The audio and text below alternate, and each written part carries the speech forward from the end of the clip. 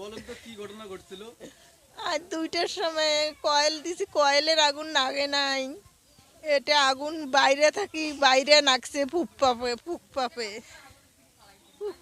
নাকছে। আর 2টার ঘটনা, গরু বাঁচে না বাঁচে ঠিক নাই, 3টে গরু পরা গেছে। একটা গরুর আস্তার ধার দিয়ে রক্ত বাড়াইছে, আর একটা গরুর মুখ দিয়ে ফেনা আসছে, ফেনা বেড়াচ্ছে। কিভাবে আগুনটা লাগলো জানেন কিছু? আগুন তো বাচ্চাটা আগুন লাগছে, উপরে বলি আগুন উঠছে। মানে আগুনের ইয়েটা কেমন ছিল যে আগুনের আগুনের কিভাবে আগুনটা উঠছিল? আগুনের উপরটা উপর ধাপে উপরে বলি উঠছে, উপরে নিচ দিয়া উঠে নাই, উপরে বেড়ার উপরে নাগে দিছে বাইরে ফাঁকায়। আপনারা কি যখন আগুনটা লাগছিল আশপাশে কোনো লোকজন দেখছিলেন? না, আমরা মন্দিরত গেছিলাম, ওখান থেকে আসি দেখি আগুন।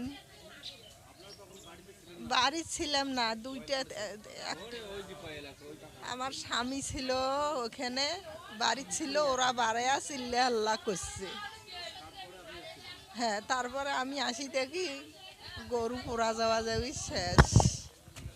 তারপরে মানুষ আসিয়া আর কি, লোকজন আসিয়া পানি টানি দিয়ে পানি দিয়ে নিবে শুরু করছে।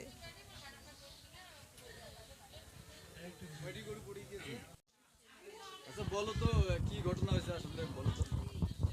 কেউ বা কারা এই দেখেন তেনা আছে, বাইরে তেনা ছিল, পেট্রোল দিয়ে আমার বাড়িতে আগুন ধরে দিয়েছে। আমার গরু টরু পোড়া গেছে সব। ওই সময়টা কি বাড়িতে ছিলেন না? বাড়িতে ছিলাম। তারপরে কেমনে জানলেন যে ঘরে আগুন লাগছে? আমার নাম যতীন্দ্র দেবনাথ। আহ, রাত 2টার সময় উঠিয়ে দেখি গোয়াল ঘরের পূর্ব পাশে বেড়ায় আগুন। তারপরে আমি চিল্লাহাল্লা করলাম, করার পর মন্দিরে লোক, সেদিন মিটিং ছিল, মঙ্গলবার আছে মিটিং, ওখান থেকে মন্দির থেকে লোকজন দৌড়িয়ে আসার পর কিছু পানি দেওয়ার পর আগুনটা লিপছে, নিবের পর আমার গরু 4টে গরু আমার পোড়া গেছে।